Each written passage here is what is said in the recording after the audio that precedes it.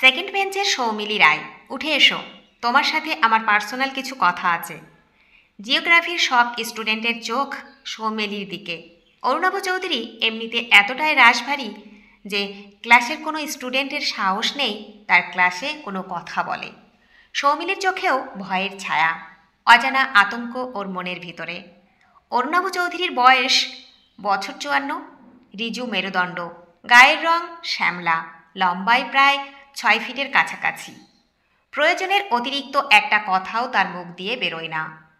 সেই স্যার কিনা ভর্তি ক্লাস ছেলেমেয়ের সামনে সৌমিলিকেই ডাকলো, তাও আবার পার্সোনাল কথা আছে বলে।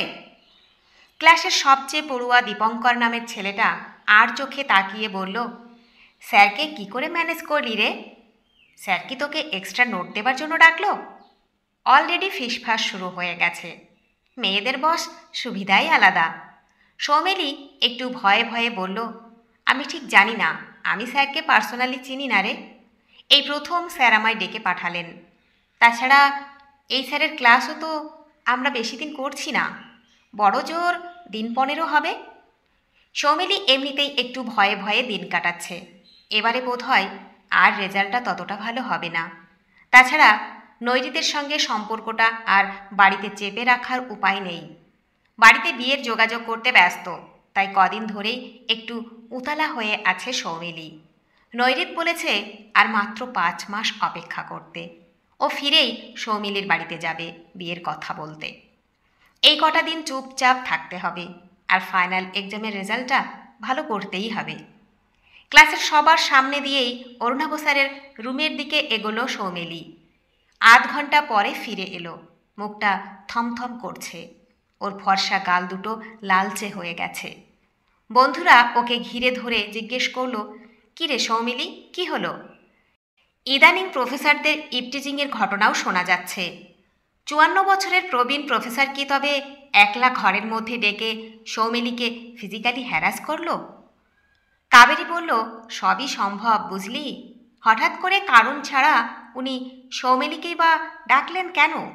মনে হয় শালা বুড়ো বয়সে মনে রস জেগেছে।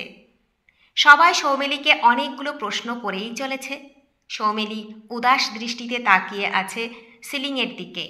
ঠোঁটটা সামান্য ফাঁক হয়ে একটা কথারও প্রতিবাদ করছে না। কাবেরী আস্তে আস্তে সৌমিলির মাথায় হাত রেখে বলল, চিন্তা করিস না, আমরা সবাই আছি তোর সঙ্গে। ক্লাস শুদ্ধ সবাই সাক্ষী আছে যে প্রফেসর অরুণাভ চৌধুরী তোকে একলা ডেকে নিয়ে গিয়েছিলেন নিজের কেবিনে। তুই শুধু বল তোর কোথায় কোথায় হাত দিয়েছেন উনি, তারপর দেখ ইউনিয়নকে সঙ্গে নিয়ে আমরা কি কি স্টেপ নিতে পারি। সৌমিলি ঠান্ডা গলায় বলল, উনি ওরকম কিছু করেননি আমার সাথে। তোরা প্লিজ চিন্তা করিস না, আমি পারফেক্টলি অলরাইট। দীপ্তকর ফিসফিস করে বলল, বরং স্যার আদর করে তোকে বোধহয় 3rd পেপারের কোশ্চেন বলে দিয়েছেন, তাই না রে? কি কপাল করেছিস মাইরি, আমরা পড়ে পড়ে মরছি, আর তুই? এখন তো দেখছি ভালো রেজাল্টের জন্য একটা সেক্সি ফিগার চাই বস। মধ্যবয়স্ক প্রফেসর পর্যন্ত ঘায়েল হয়ে গেল, ইউনিভার্সিটির ছেলেদের আর দোষ কি? সৌমিলি এমনিতেই একটু চুপচাপ, আর 5 জনের মতো মিশুকে নয়। বন্ধুবান্ধবের ব্যাপারেও ও ভীষণ চুজি, তাই ইউনিভার্সিটি এসেও খুব বেশি বন্ধু ওর হয়ে ওঠেনি। কাবেরী বিদিশাও বলল, সে সুন্দরীর বিচারে হলে তো ক্লাসের সব থেকে মিষ্টি দেখতে নন্দিনীকে। ওর ফিগারের সাথে কারোর তুলনায় চলে না, তাহলে নন্দিনীকে বাদ দিয়ে সৌমিলিকে কেন? অসহ্য লাগছিল সৌমিলির এসব নোংরা আলোচনা। অরুণাভ চৌধুরী মানুষটা যে এতটা নিষ্ঠুর সেটা ধারণা ছিল না সৌমিলির। রাশভারী প্রফেসর বলে পরিচিত ঠিকই, কিন্তু আজ ওনার যে রূপ সৌমিলি দেখল সেটাকে নিষ্ঠুরতা ছাড়া আর কী বা বলতে পারে। সব থেকে কষ্ট হচ্ছে এটা ভেবে যে অরুণাভ চৌধুরীর এই কথাগুলো ও কারোর সঙ্গে শেয়ারও করতে পারছে না। বুকের ভিতর তোলপাড় হচ্ছে। তার মধ্যে ক্লাসে কে বেশি সুন্দর সেটা নিয়ে আলোচনায় আরও বিরক্তি লাগছিল সৌমিলির। পরের ক্লাসটা না করেই শান্তিনিকেতনী ব্যাগটা কাঁধে ঝুলিয়ে বাইরে বেরিয়ে এলো ও। কাবেরী বিদিশাদের মনে অহেতুক একরাশ প্রশ্নের জন্ম নিল সৌমিলিকে কেন্দ্র করে। সৌমিলি খুবই সাধারণ পরিবারের মেয়ে। বাবা আধা সরকারি অফিসের কেরানি, সৌমিলির দিদির 12 পাস করার সাথে সাথেই বিয়ে হয়ে গিয়েছিল। এখন দিদির ছেলের ক্লাস 3 হলো। সে তুলনায় সৌমিলি অনেকটা স্বাধীনতা পেয়েছে। কলেজ ছেড়ে ইউনিভার্সিটির দুয়ার পর্যন্ত পৌঁছাতে পেরেছে, এটাই অনেক। কিন্তু মা উঠে পড়ে লেগেছে সামনের বছরের মধ্যে ওর বিয়ে দেবার জন্য। মা চাকরির নাম শুনলেই বলে, যা করবি বিয়ের পর, আমাদের দায়িত্ব ভালো ঘর দেখে বিয়ে দেওয়া, ব্যাস। এর মধ্যে কি করে যে নৈরিত আর ওর সম্পর্কের কথাটা মাকে বলবে তাই তো বুঝে উঠতে পারছে না। মেয়ে প্রেম করছে জানলে তো আর রক্ষে রাখবে না, এখনই পড়াশোনা ছাড়িয়ে দিয়ে বাড়িতে বসিয়ে রাখবে। ওর বাবা মা দিদি সবাই প্রেমের বিরোধী, তবুও সৌমিলি প্রেমে পড়েছিল। প্রেম তো কাউকে বলে কয়ে আসে না, হঠাৎ কালবৈশাখীর ঝড়ের মতোই আসে। আর তারপর মনের সবকটা দুয়ার খুলে দিয়ে ভেঙে চুরমার করে দেয় সব প্রতিজ্ঞা। তেমনি কলেজ ফেস্টের দিন আচমকা পরিচয় হয়েছিল নৈরিতের সাথে। সেকেন্ড ইয়ারের মুখচোরা সৌমিলি স্টেজের এক কোণে দাঁড়িয়ে দেখছিল এখনকার ছেলেমেয়েরা ঠিক কী লেভেলের স্মার্ট হয়, কি সুন্দরভাবে এনজয় করছে কলেজের দিনগুলো। হঠাৎই কানের কাছে কেউ একজন ফিসফিস করে বলেছিল, হাসতে ইচ্ছে করে না? হাসলে কিন্তু তোমাকে বেশ মিষ্টি লাগবে। ব্র্যান্ডের মিউজিকের সাথে কলেজের সবাই তখন উত্তাল নাচতে ব্যস্ত। সৌমিলি দলছুট হয়ে একলা দাঁড়িয়েছিল নিজের মতো। ও কিছু বলার আগেই ছেলেটা বলল, আজকাল তো মেয়েদের লজ্জা পেতে দেখাই যায় না। বহুদিন পরে লাজুক শব্দটাকে আবার খুঁজে পেলাম তোমার চোখে। সৌমিলির দিকে নিজের হাতটা বাড়িয়ে ছেলেটা বলেছিল, আমি নৈরত দত্ত, এক্স স্টুডেন্ট। সবে কলেজ ছেড়েছি, তাই এখনও মায়া কাটিয়ে উঠতে পারিনি। এই জন্যই ফেস্টের দিন হাজির হয়ে গেলাম সব কাজ ফেলে। সৌমিলি কথা খুঁজছিল, কিন্তু ঠিক কী বলবে সেটাই বুঝতে পারছিল না। নৈরিত বলল, যদি অসুবিধে না থাকে তো তোমার নামটা জানতে পারি কি? Soumili Roy, second year, geography honours. Nairit হাসি মুখে বলল, ফ্রেশার মনে করেছিলাম। ওর বলার ধরনে হেসে ফেলেছিল সৌমিলি। ওর হাসির দিকে তাকিয়ে নৈরিত বলল, এই হাসিটা সবসময় থাকুক না ঠোঁটের আগায়, বেশ লাগছে কিন্তু। সৌমিলি চোখ নামিয়ে নিয়েছিল। নৈরিত নিজের চুলগুলো আঙুল দিয়ে এলোমেলো করে বলেছিল, ঠোঁটে এই হাসিটা আর চোখের পাতায় ওই লজ্জাটুকু অপূর্ব। সৌমিলির সমস্ত সত্তা কেমন যেন অবাস হয়ে এসেছিল। স্টেজের উত্তাল গানের শব্দকে ছাপিয়ে নিজের হৃৎপিণ্ডের ধুকপুক আওয়াজটা শুনতে পাচ্ছিল ও। ছেলেটার চোখের সারল্য আবিষ্ট করে ফেলেছিল সৌমিলিকে। নিজেকে একটু গুছিয়ে নিয়ে সৌমিলি বলেছিল, আমি চললাম। নৈরিত পিছন পিছন আরও কয়েক পা হেঁটে এসে বলেছিল, যদি নাইট ল্যাম্প জ্বলা রাতে একলা ঘরে নিশ্চিন্ত অবসরে আমার মুখটা একবারও মনে পড়ে, তাহলে এই নম্বরে প্লিজ একটা কল করো। তাহলে আমিও লাভ অ্যাট ফার্স্ট সাইটে বিশ্বাস করতে শুরু করব। আর যদি সত্যিই কোনো দিন তোমার কোনো একলা থাকার মুহূর্তেও আমি না আসি, তাহলে নম্বরটা ডিলিট করে দিও নিশ্চিন্তে। আজকের সন্ধ্যের এই আধ ঘন্টা আমি লুকিয়ে ফেলবো আমার স্মৃতির ঘরে। সৌমিলি থমকে দাঁড়িয়ে নিজের ফোনে লোড করেছিল নৈরিত দত্তের ফোন নম্বরটা। না, নৈরিত চায়নি সৌমিলির ফোন নম্বর। শুধু একটা ক্ষীণ আশার ওপরে ভরসা করেই নিজের নম্বর দিয়ে ফিরে গিয়েছিল ও। সৌমিলির বহুবার ইচ্ছে করেছিল নৈরিতকে কল করতে, বার কয়েক নম্বরটা ডায়াল করতেও গিয়েছিল, কিন্তু তারপর জোর করে নিজের ইচ্ছের ঘরে বড় তালাটা ঝুলিয়ে দিয়েছিল। সৌমিলি জানত ওর বাবা মা প্রেমের বিয়ে কিছুতেই মেনে নেবে না। মায়ের মুখে একটা কথা ছোট থেকে সৌমিলি শুনে এসেছে, মধ্যবিত্তের একটা জিনিসই আছে, সম্মান। আত্মীয় স্বজনদের কাছে আমাদের মাথা হেট করে দিও না, তোমরা দুই বোন। সৌমিলি ঠিক বুঝতে পারেনি ভালোবেসে বিয়ে করলে সম্মানহানির ভয় কিসের। শুধু জানতো মা মেনে নেবে না, তাই নৈরিতের সাথে আর যোগাযোগ করেনি ও। মুহূর্তের ভালো লাগার মৃত্যু ঘটিয়েছিল নিজের হাতেই। দিন এগোচ্ছিল নিজের ছন্দে।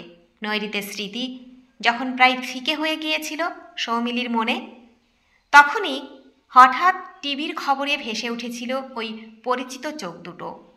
কিন্তু সেই কলেজ ফেস্টের সন্ধ্যের ছেলেটার চোখে ছিল সারল্য, আর আজকের টিভির খবরে দেখা ছেলেটার চোখে রয়েছে ঘৃণা আর প্রতিশোধের আগুন। অবাক হয়ে তাকিয়েছিল সৌমিলি। টিভির পর্দায় স্পষ্ট হয়েছিল নৈরিতের মুখটা। নৈরিত কেটে কেটে বলছে, আমার বাবা মেজর জেনারেল নিশান দত্ত কাশ্মীর ফ্রন্টে ছিলেন গত 4 বছর। গত পরশু আমার বাবার বার্থডে ছিল। আমি আর মা ওই দিন সকালে বাবাকে বার্থডে উইশ করেছিলাম। তারপর মধ্যরাত্রিকে খবর পেলাম অতর্কিতে জঙ্গি হানায় যে 30 জন মারা গেছেন তাদের মধ্যে আমার বাবাও ছিলেন। জঙ্গিরা ইন্ডিয়ান আর্মির ক্যাম্পের ভিতরে রাতের অন্ধকারে আক্রমণ করেছিল। নিহতদের লিস্টে বাবার নাম রয়েছে। আর বাবার ঘড়িটা দেখে আমি চিনতে পেরেছি, কারণ ওই ঘড়িটা আমি বাবাকে গিফট করেছিলাম। বাবার শরীরের কোনো অংশই আর অবশিষ্ট ছিল না।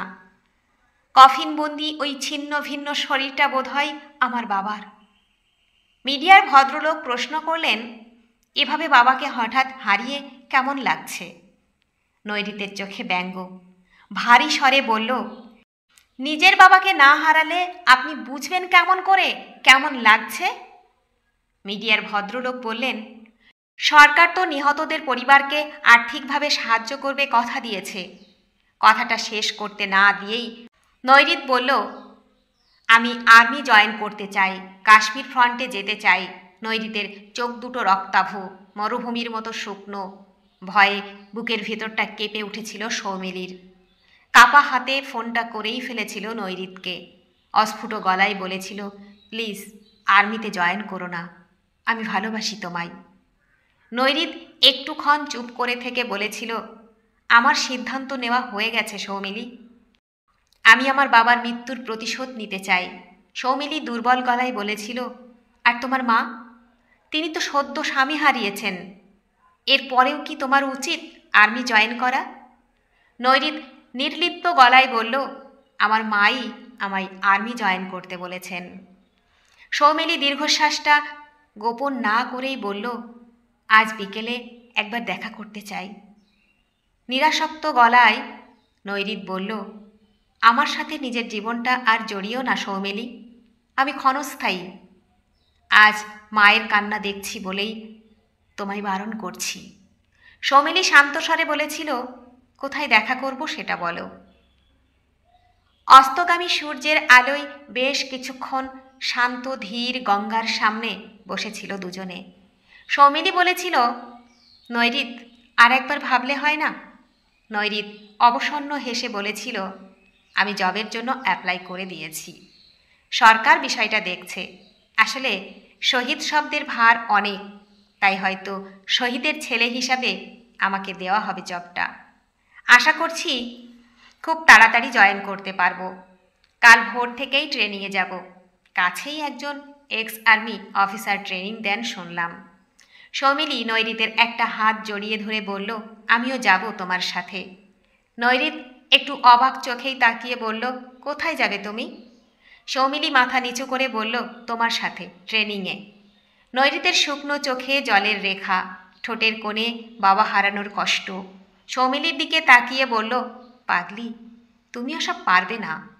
সৌমিলি লাজুক চোখে বলল, তুমি পারলে আমিও পারবো।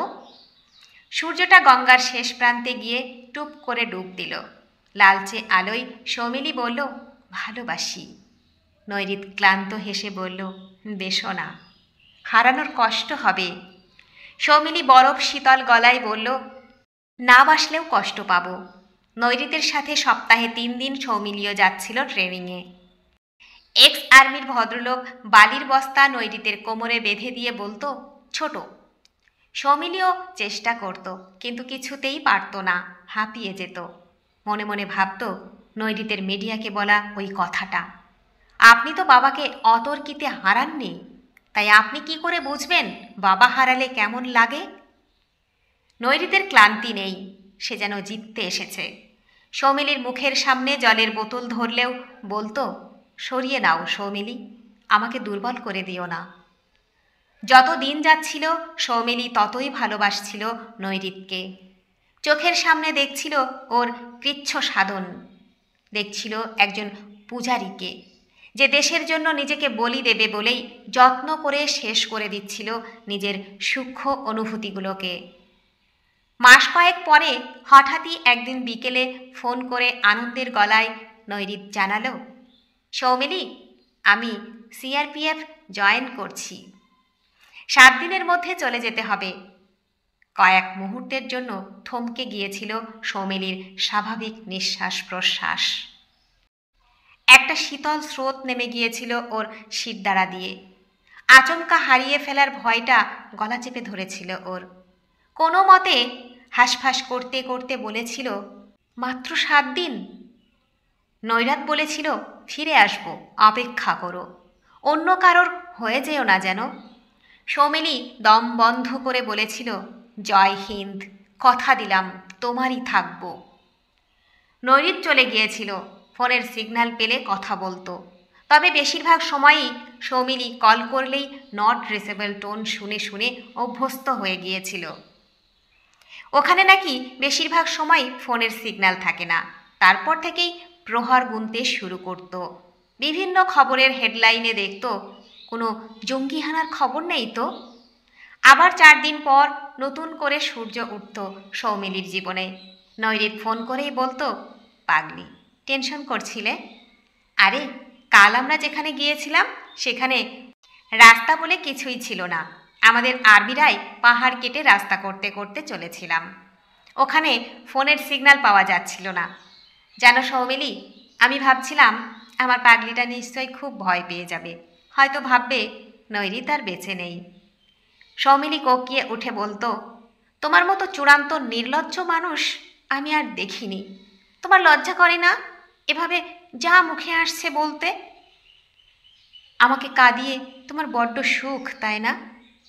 নৈরিত ফোনের অন্য প্রান্তে চুমুর আওয়াজে আওয়াজে ভরিয়ে দিত সৌমিলির শ্রবণেন্দ্রিয়কে। সৌমিলি রাগ করতে ভুলে গিয়ে লজ্জা পেয়ে বলতো, কি হচ্ছে, থামবে তুমি? নৈরিত জেদ ধরে বলতো, না, থামবো না।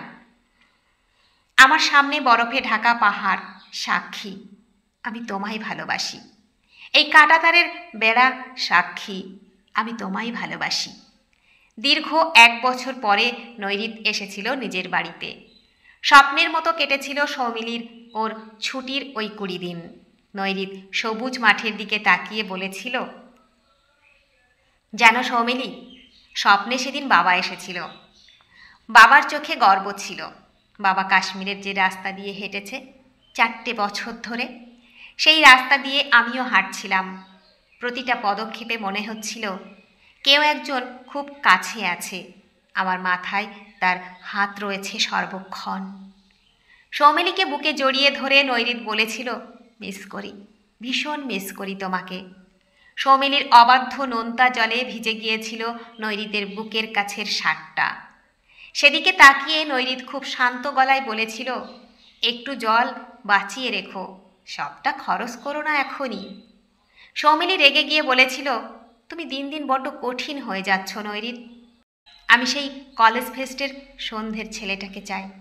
সৌমিলি নৈরিতের মাথার দিকে তাকিয়ে বলেছিল, তোমার চুলগুলো কি হলো, এমন বিশ্রী করে কেটেছ কেন?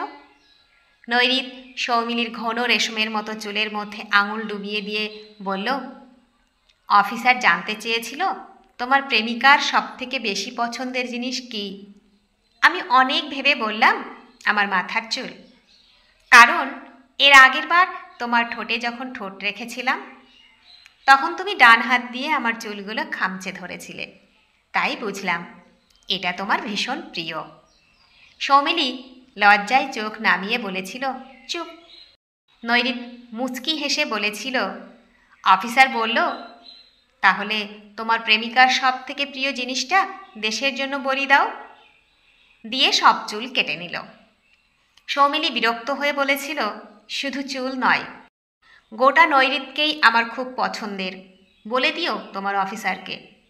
সৌমিলি লাজুক গলায় বলেছিল, আমার মাস্টার্স হয়ে গেলেই মা বিয়ে নিয়ে পাগল করে দেবে, প্লিজ কিছু একটা করো। একটুক্ষণ চিন্তা করে নৈরিত স্বাভাবিক গলায় বলেছিল, আমাকে একটা বছর সময় দিতে হবে সৌমিলি। 1 বছর পরে আমি আরেকটু বেশি ছুটি নিতে পারবো। তোমারও মাস্টার্স কমপ্লিট হয়ে যাবে। তারপর না হয় তোমার মায়ের কাছে গিয়ে জামাই আদর খেয়ে আসবো। চিন্তা করো না পাগলি, আমি আমার মাকে নিয়ে তোমাদের বাড়ি গিয়ে তোমাকে চেয়ে নিয়ে আসবো নিজের জন্য। নৈরিতের চোখে ভরসা, বিশ্বাস এগুলো কোনোদিনই জোর করে খুঁজতে হয়নি সৌমিলিকে।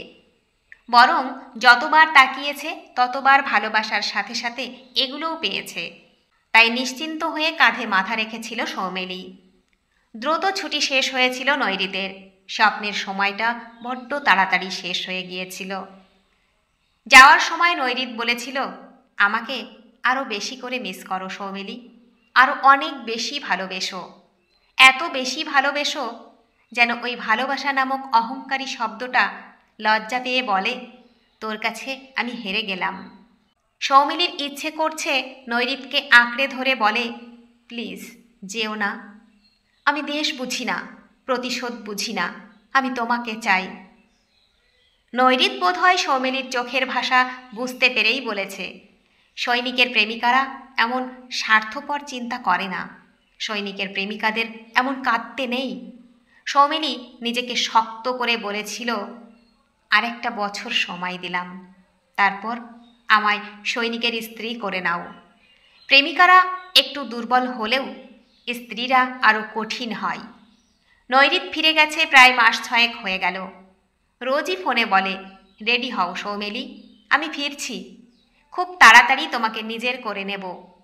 সৌমিলি ভয়ে ভয়ে দিন গুনছে, বাড়িতে কি মেনে নেবে? নৈরিত সিআরপিএফে আছে, শুনলেই হয়তো বাবা বলবে, মৃত্যুর সাথে প্রতিক্ষণে পাঞ্জা লড়া ছেলের সাথে আমার মেয়ের জীবন জুড়তে চাই না। কিন্তু সৌমিলি যে নৈরিতকে কথা দিয়েছে অন্য কারোর হবে না। তাই সৌমিলির মুখের যে হাসিটা নৈরিতের সব থেকে বেশি পছন্দের ছিল, সেই হাসিটাই দুশ্চিন্তা করতে করতে শেষ হয়ে গেছে। এখন যেন হাসতেও ভয় করে। টিভির নিউজে বা খবরের কাগজে কোথাও মিলিটারির কফিন দেখলেই বুকের বাম দিকের হৃদযন্ত্রটা মুহূর্তের জন্য থমকে যায়। আতিপাতি করে খুঁজে দেখে নেয়, এটা নৈরিত নয় তো? এই হারিয়ে ফেলার ভয় ভয় অনুভূতিটা সৌমিলির চোখে মুখে সব সময় দেখা যায়। টিভির পর্দায় গান স্যালুটের চাকচিক্যের আড়ালে সৌমিলির চোখের সামনে ভেসে ওঠে শহীদের বাড়ির লোকজনের জল শুকিয়ে যাওয়া মুখগুলো। নিজেকে ওখানে কল্পনা করেই চমকে ওঠে সৌমিলি।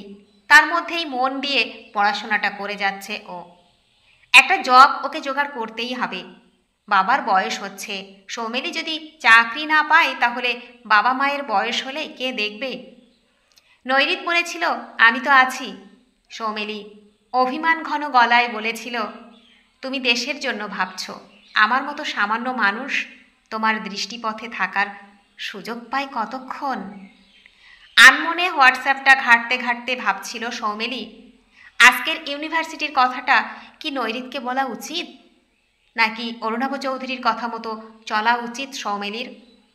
নৈরিত বড্ড জেদি, এসব কথা শুনলে আবার হিতে বিপরীত হতে পারে। তাই মনের মধ্যেই চেপে রাখল অরুণাভ চৌধুরীর দেওয়া প্রস্তাবটা। ইউনিভার্সিটিতে পা দিতেই বিদিশা এসে বলল, তুই তো হট হয়ে গেলি রে, প্রফেসর দুবার এসে খোঁজ নিয়ে গেছেন তুই এসেছিস কিনা। তুই ঢুকলেই যেন পাঠিয়ে দেওয়া হয় ওনার কেবিনে। কাবেরী আর চোখে তাকিয়ে বলল, বাপরে, ভিতরে ভিতরে এত! আমরা ভালো ছেলেদেরকে টার্গেট করি, তুই তো একেবারে প্রফেসরের দিকে। অঢেল টাকা আর ভালো রেজাল্ট, দুটোই নিশ্চিন্ত করে ফেললি। ইদানিং দেখছি শান্ত শান্ত মেয়েগুলোই বেশি ছক্কা হাঁকায়। সৌমিলির কান্না পেয়ে যাচ্ছিল, অস্থির লাগছিল। নিজের ব্যাগটা ডেস্কে রেখে চুপচাপ শুনছিল ওদের ব্যঙ্গাত্মক কথাগুলো। ভিতরে ভিতরে গর্জে উঠছিল অরুণাভ চৌধুরীর ব্যবহারে। ইচ্ছে করে ক্লাস শুদ্ধ স্টুডেন্টের সামনে ওকে অপদস্থ করার পন্থা খুঁজে নিয়েছেন ভদ্রলোক। বেশ কিছুক্ষণ চুপচাপ বসে থাকার পরে পায়ে পায়ে এগিয়ে গেল সৌমিলি অরুণাভ চৌধুরীর কেবিনের দিকে। প্রিন্সিপালের ঠিক পাশের রুমেই উনি বসেন। ঢুকতেই এক মুখ হেসে বললেন, তাহলে সৌমিলি রায়, কাল সারা রাত ভেবে কি ঠিক করলে? আমার দেওয়া প্রস্তাবে তুমি নিশ্চয়ই রাজি? জানতাম রাজি হবে, কারণ নিজের ভালো পাগলেও বোঝে। জওয়ানদের প্রাণের দাম আমাদের দেশে ঠিক কতটা সেটা নিশ্চয়ই তোমার অজানা নয়।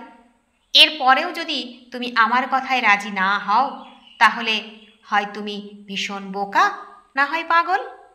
সৌমেলি ধীর গলায় বলল, আপনার হোমওয়ার্কটা বেশ ভালোই, সে ব্যাপারে সন্দেহ নেই, কিন্তু আপনি এখনও আমার আর নৈরিতের সম্পর্কের গভীরতা সম্পর্কে অজ্ঞ, তাই এ ধরনের কথা বলতে পারছেন।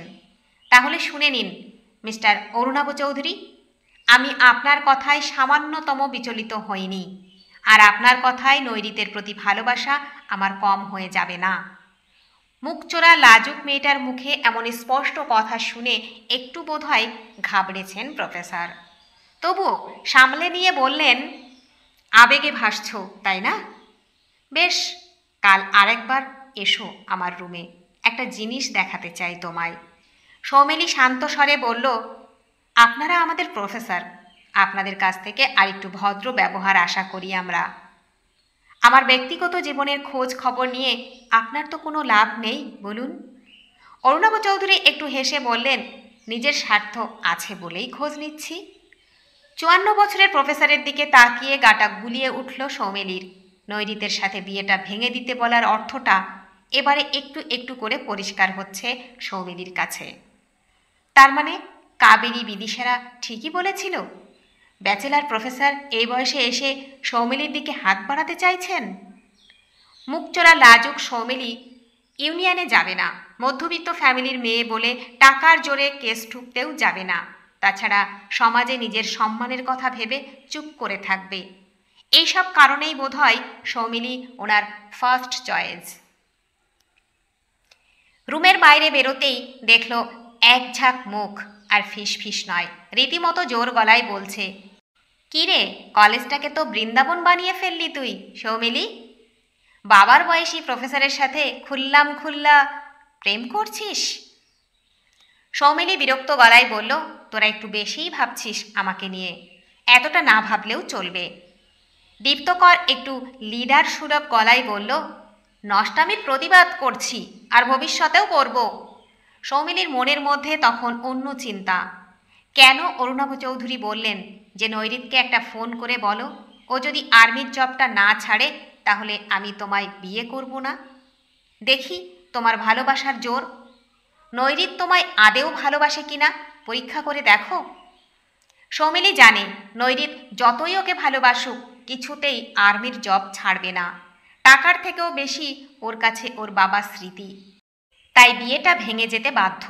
নৈরিত হয়তো ঘৃণার চোখে তাকিয়ে বলবে, এই ভালোবাসো তুমি আমায় সৌমিলি? নৈরিত ওর জীবন থেকে চলে গেলে অরুণাভ চৌধুরীর কিসের লাভ? ভদ্রলোক অবশ্য অত্যন্ত নির্লজ্জের মতো বললেন, তোমায় আমার খুব ভালো লাগে সৌমিলি, তাই তোমার জীবনটা শেষ হতে দিতে পারি না। বার তিনেক নৈরিতকে ফোন করেও পেল না সৌমিলি। সেই একই যান্ত্রিক গলায় কেউ বলে গেল, নট রিচেবল। এই সময়গুলো বড্ড অসহায় লাগে সৌমিলির। হোয়াটসঅ্যাপটা খুলে দেখল, লাস্ট সিন দেখাচ্ছে 2 দিন আগে। উফ, সেদিন হোয়াটসঅ্যাপে মিলিটারির সবুজ বাদামি ছোপ ড্রেস পরে একটা ছবি পাঠিয়েছিল নৈরিত। বেশ কিছুক্ষণ আনমনে ছবিটার দিকে তাকিয়েছিল সৌমিলি। ও জিজ্ঞেস করছিল, বরফের মধ্যে দাঁড়িয়ে আছো, কষ্ট হচ্ছে না? নৈরিত বলেছিল, কষ্ট শব্দটাকে জয় করে নিয়েছি আমরা। ভিতরে ভিতরে অভিমান জমা হচ্ছে সৌমিলির। একটা ছোট্ট মেসেজ করে তো নৈরিত বলে দিতে পারত, 2 দিন কথা হবে না। শুধু একটাই কথা, তুমি যেচে দুশ্চিন্তা আর মৃত্যুর আতঙ্ককে ভালোবেসেছ, তাই রেডি থেকো। সৌমিলি জানে ইউনিভার্সিটি তোলপাড় হচ্ছে ওকে নিয়ে, তবুও ও কাল যাবে অরুণাভ চৌধুরীর কেবিনে। ও দেখতে চায় ভদ্রলোক কি দেখাবে ওকে। নৈরিতের ফোন নট রিচেবল পেলেই মনের মধ্যে একটা অদ্ভুত জেদ কাজ করে সৌমিলির। দেখা যাক ভাগ্য ওকে কোথায় নিয়ে যেতে চায়। সারা রাত বারবার চেক করেছে হোয়াটসঅ্যাপ উইন্ডো, যদি একবারও অনলাইন দেখায় নৈরিতকে। রাতের অন্ধকারে দুমড়ে মুচড়ে উঠছিল সৌমিলির বুকটা। বারবার মনে হচ্ছিল, কেউ অন্তত এসে বলুক মানুষটা বেঁচে আছে। চাই না সৌমিলির সুখের ঘর সংসার, চাই না ম্যাচিং পর্দা, ফ্রিজ। কেউ একবার এসে বলে যাক মানুষটা অন্তত বেঁচে আছে। নির্ঘুম একটা রাত কাটালো সৌমিলি। ক্যালেন্ডারে জানান দিল আজ ভালোবাসার দিন, 14ই ফেব্রুয়ারি। গত বছর সকাল সকাল কুরিয়ারে একটা ফুলের বুকে এসেছিল সৌমিলির অ্যাড্রেসে। আজ কি একটা ফোনও আসবে না? আজ ভালোবাসার দিন, তাহলে কাল সারা রাত কিসের দিন ছিল? সৌমিলি সারা রাত ছটফট করেছে বিছানায়, একটা মেসেজের অপেক্ষায়। কালও তো ভালোবাসার প্রতীক্ষাতেই কেটেছে রাত। রোজই তো তাই কাটে। ইউনিভার্সিটির পরিবেশটাও সৌমিলির জন্য বিষাক্ত করে দিয়েছে ওই প্রফেসর। তবুও সামনেই এক্সাম, এ সময় ক্লাস মিস করাটা ঠিক হবে না ভেবেই রেডি হয়ে নিল। ক্লাসে ঢোকার আগেই জটলাটা চোখে পড়ল। সৌমিলির দিকে সকলেই কেমন একটা অদ্ভুত চোখে তাকাচ্ছে, যেন ও কি বিশাল একটা অপরাধ করে ফেলেছে। কারোর দিকে না তাকিয়েই সকলকে অগ্রাহ্য করেই সৌমিলি ঢুকল অরুণাভ চৌধুরীর রুমে। পিছনে এক ঝাঁক কৌতূহলী দৃষ্টি, কিছু ব্যঙ্গাত্মক হাসি তীরের মতো এসে বিঁধেছিল ওর ক্ষতবিক্ষত দুশ্চিন্তাগ্রস্ত বুকে। অরুণাভ চৌধুরীর চোখ দুটো লাল, দৃষ্টিতে অদ্ভুত বিষণ্ণতা, কেমন যেন উদ্ভ্রান্তের মতো লাগছে ওনাকে। সৌমিলি ঢুকতেই ওর হাতটা আচমকা টেনে ধরে বললেন, ফোন করেছিলেন নৈরিতকে? অসহিষ্ণু গলায় বললেন, বলো, ফোন করেছিলে? সৌমিলি নিজের হাতটা ছাড়িয়ে নিয়ে রাগী গলায় বলল, হ্যাঁ করেছিলাম। আমি ওকে বললাম আমি তোমাকে ছাড়া অন্য কাউকে বিয়ে করব না, তুমি আর্মিতেই থাকো।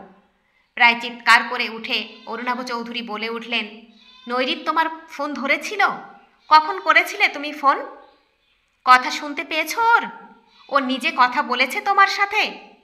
সৌমিলির এতক্ষণে চোখ পড়ল স্যারের হাতে একটা অ্যালবাম। সৌমিলি সেদিকে তাকাতেই অ্যালবামটা ওর হাতে ধরিয়ে দিলেন স্যার। একটাই ছেলের ছবি গোটা অ্যালবাম জুড়ে। 2 বছরের থেকে 25-এর ছেলেটার ছবি। বিভিন্ন ভঙ্গিমায় হাসছে ছেলেটা। ঠোঁটের হাসিটা, চোখের চাউনিটা ভীষণ চেনা সৌমিলির। সৌমিলি কাতর স্বরে বলল, আপনি কে হন নৈরিতের? ভেঙে পড়া গলায় অরুণাভবাবু বললেন, ও আমার একমাত্র ভাগনা। ওর মুখেই আমি তোমার সব কথা শুনেছিলাম।